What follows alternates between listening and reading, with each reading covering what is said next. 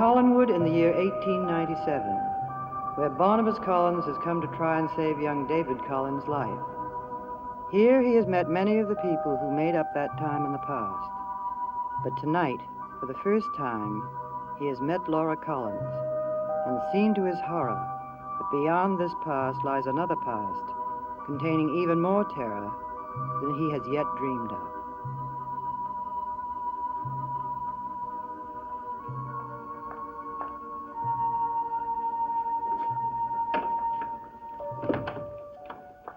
Barnabas, what's the matter?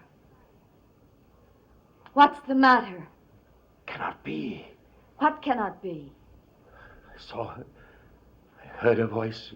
I touched her hand. But that woman has been dead for over 100 years. Dead? How could she be?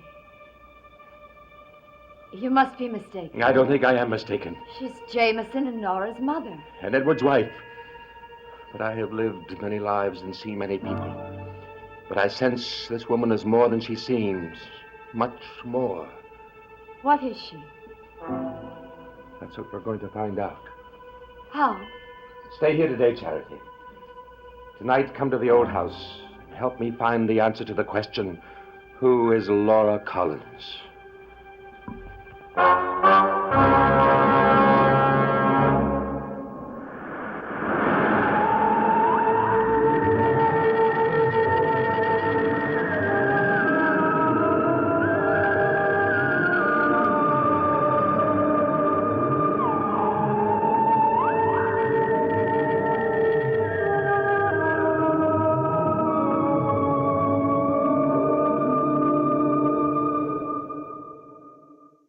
Frightened. When you were with me, my dear Charity, there's nothing to be frightened of. Ever.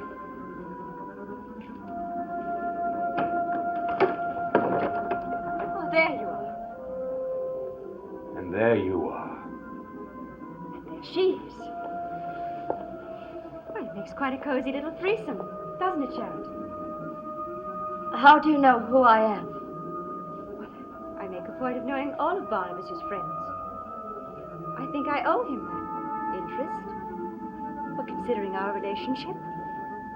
What do you mean? Oh, didn't he tell you? Tell me what? I'm his fiancée. Fiancée? Oh, this is terrible. I feel so ashamed.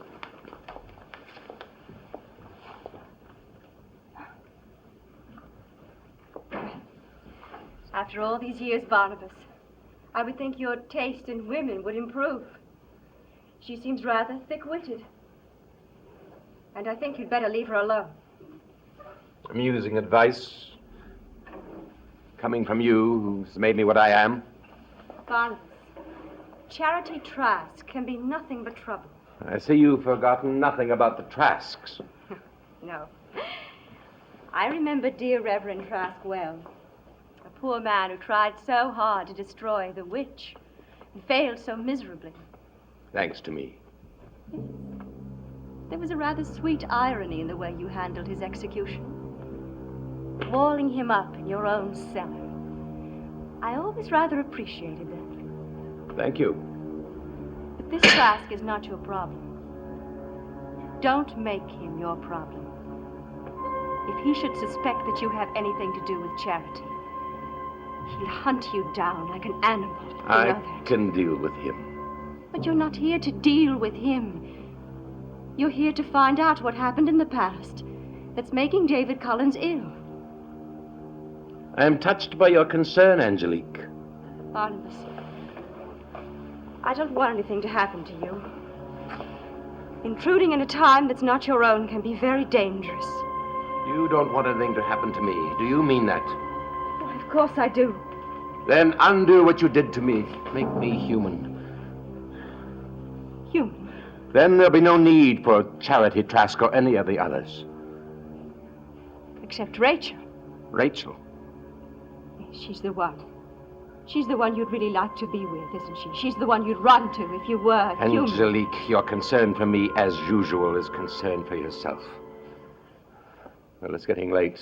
As you know, I cannot stay. Barnabas, for your own sake, as well as for what you're trying to do here, spend your time with girls down at the docks. Girls that have no names, no homes, no hopes. And most of all, no fathers.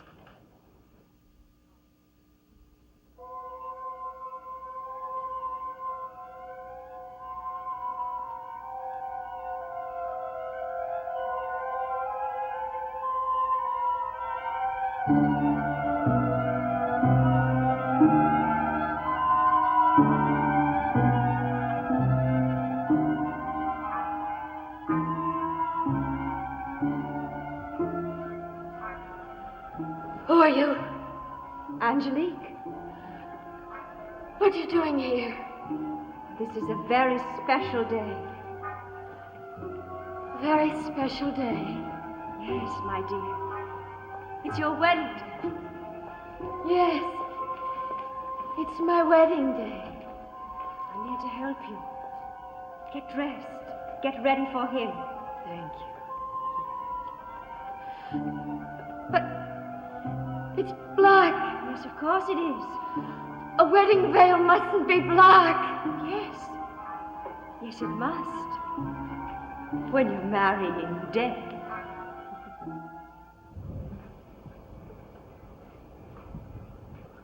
Who will give the bride away? I will, of course. Then let the music begin.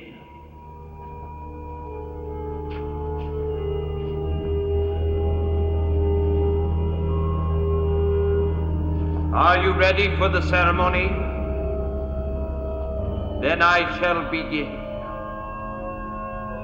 Ashes to ashes, dust to dust, the body of this our daughter we consign to the earth forever. But that's the wrong ceremony. I'm being married. No, my dear, you're being buried. That's how it is when you're dead. I'm not dead. Do not interrupt the ceremony. Father, you know me. I'm your daughter, Charity, and I'm not dead. I had a daughter once, but she died. She was killed by... No, that's not true. Oh, yes, Charity. It's true. I won't have you say anything against him. I love him. You love him? Whom do you love? Not Tim Shaw. Not the man you're supposed to marry. Yes, that's it. I love Tim Shaw, and I'm not dead. Is that Tim Shaw standing there? Yes, Father, it is Tim. He's gone. But he's coming back. And when he does, he'll know everything. How can you say that? And how can you make him go away that way? How can you make him disappear? It's not human. Are you not dealing with humans, Charity?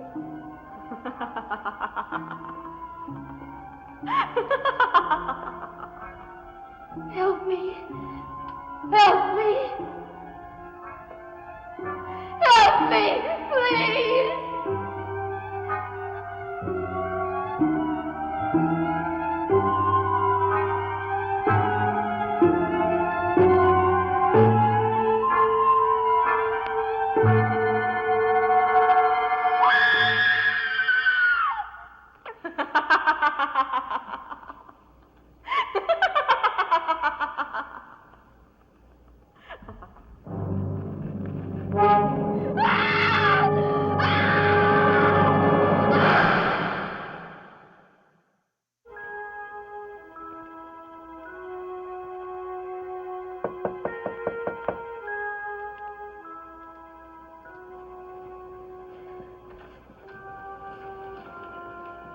Charity. Charity. It's 4 o'clock in the afternoon.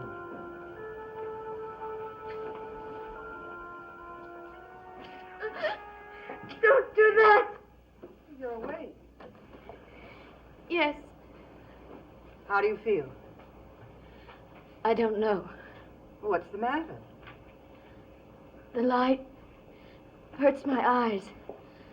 Other than that, I feel fine. Oh, What is it? I feel so weak. And no wonder. I heard that you brought Jameson back here late last night. You shouldn't have. It was too exhausting after the shock of the fire. I had to come. Well, it was good of you to put his mind at ease. But now you mustn't be surprised that you're tired and pale. I think you should stay in bed until your father gets here. Is my father coming here? Yes, of course. There's no need for that. I can get back by myself. He's coming because I want to see him. Now, you stay in bed for the rest of the afternoon. It'll be the best thing for you. All right. What are you doing? Well, it seems chilly in here. I thought you might want to sit up No, and get... take that away. I don't want it. Well, as you wish, Charity. Now, get some rest until your father comes.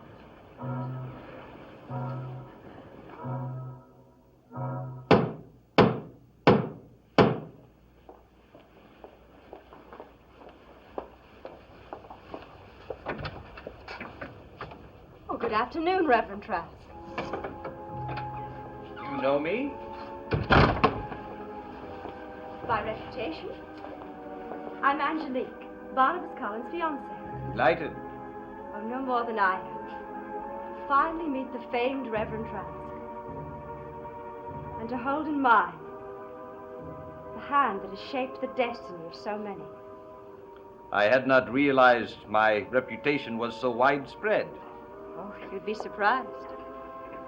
Are you and Mr. Collins to be married soon? Very soon, I hope. My own household is soon to be blessed with a wedding. Yes, I know, your daughter. One of the young teachers of the school. You certainly do seem to know a great deal about it. Yes, I do. I know particularly a great deal about your daughter. What do you mean?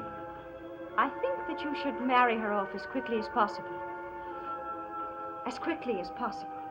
Well, of course, with the fire, it shall have to be put off. Don't put it off. There are many kinds of fires raging around us, and many ways for people to get badly burned. Now, if you'll excuse me.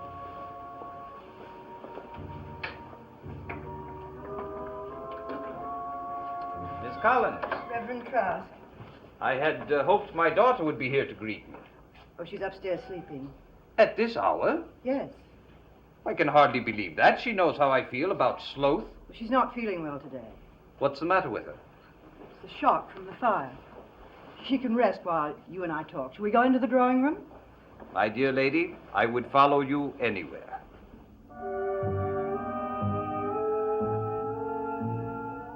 The fire was a great shock to all of us. Yes, it was. But it must have been a terrible experience for you. Seeing the building I worked so hard to put up destroyed? Yes, it was a terrible experience. But I shall rebuild when I can. Reverend Trask, I would like to help you to rebuild. You, Miss Collins? Yes. And in the meantime, I would like to arrange for a small house on this property to be used as a temporary school. You would do all of this for me, for us. It would be an honor. Miss Collins, I am not easily overcome. But right now... Please don't feel that way, Reverend Trask. All I'm offering is money. And when one has money, it isn't difficult to offer it. But sometimes money does not give you all the rewards that you would wish, does it? What made you say that, Reverend Trask? Because looking at you, I see many things. I recognize your needs in making this generous offer. Shall we go to Charity? I know how anxious you are to see her. I have embarrassed you. It was necessary. I see there are problems in your heart and in your soul that must be uncovered, talked about to a dear friend. I shall be that friend. Reverend Trask, I can't tell you how much I admire you. We all complain so. Yet you seem so uncomplaining, despite everything, despite your ill health. My ill health? Yes. Where did you hear of that, Miss Collins? Well, your wife mentioned it when she was here. How strange of Minerva. You see, she is the one who is in ill health. Increasingly ill health.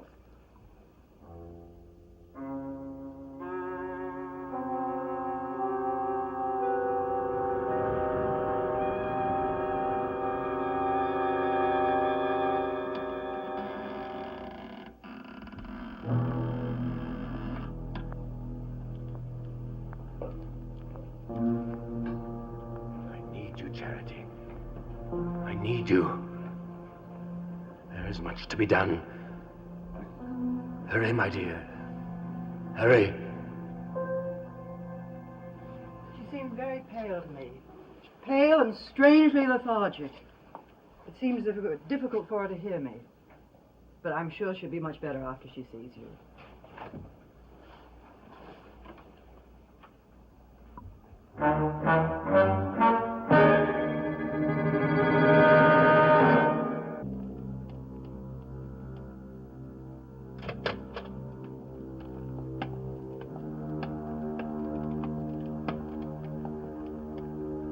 Good evening, my dear. Good evening, Barnabas. Are you feeling well? Very well, thank you. When I met your fiancé last night, I was upset at first.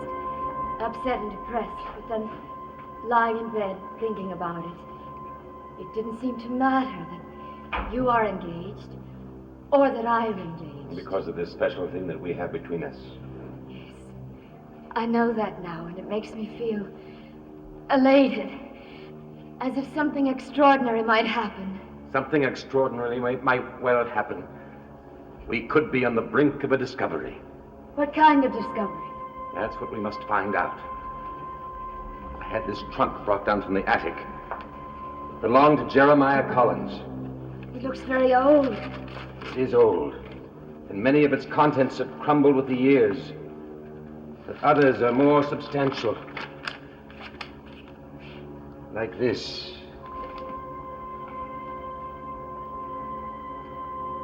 Yes. Jeremiah Collins had many possessions, but the one he valued most was his first wife, Laura Stockbridge. Look at it, Charity. Look at it. It's she. The same woman. Yes. The day she came to Collinwood, she was wearing a bright orange riding habit. No one else could wear it, but on her it was magnificent. I remember the first time I saw her. I was a child of 10. I thought there could never be a more beautiful woman, no matter how long I lived. When you were 10 years old? She was like a flame coming toward the house. That day in her bright orange riding habit. How ironic that fire should kill her. No! What is it? A woman who dies in flames and walks. A woman who is dead but bears no scars. And even you, Barnabas, you who have lived more than the lifetime I will know. You frighten me. You all frighten me terribly. I must go away. Go away? Where would you go, Charity? Sometimes I think anywhere but here. But you told me that this is the one place that made you feel beautiful. You did say that, didn't you? She was beautiful, and now she's dead. You must not think about her, you must think about us. Us. You and I. And the special thing that we have between us. Do you still want to go, Charity? No. I never want to go away from you. Good. And now there's still a great deal to be done before we find out whether Laura Collins is the same person as Laura Stockbridge, a dead woman. And a great deal will be very dangerous. Very dangerous indeed. It's as if she vanished. There is no sign of her. Reverend Trask, I know how this upsets you, but believe me, if she's gone, it's because she's in some sort of shock. I should like to believe that, Miss Collins. It would be the easy thing to believe. But I don't. Not for 1 minute. Because I realize that deep inside all of us lurks evil, and it can be let out. That is why I am so relentless in my pursuit of it. Surely you don't think your daughter... No one's daughter is immune from evil. Angelique said a curious thing. She said, I should watch my daughter. Apparently, I have not watched her close enough. She's always been a perfect child. Perfect. But I see now that that may have been the devil's disguise for what is lurking inside her. Reverend Trask, aren't you being a little harsh with her? Yes, I am being harsh. Perhaps she wanted some fresh air. Perhaps she went for a walk and became ill. There are any number of reasons why she couldn't be here. She knew I would be here. There is no reason for her not to show up. I think that we should search the grounds again, and this time I will get Dirk to help us. There is no reason to search. She's here. And she'd better have an answer for me. A good one. A very good one. Where have you been, Charity Trask, and what have you been doing? Good Lord, she's fainting.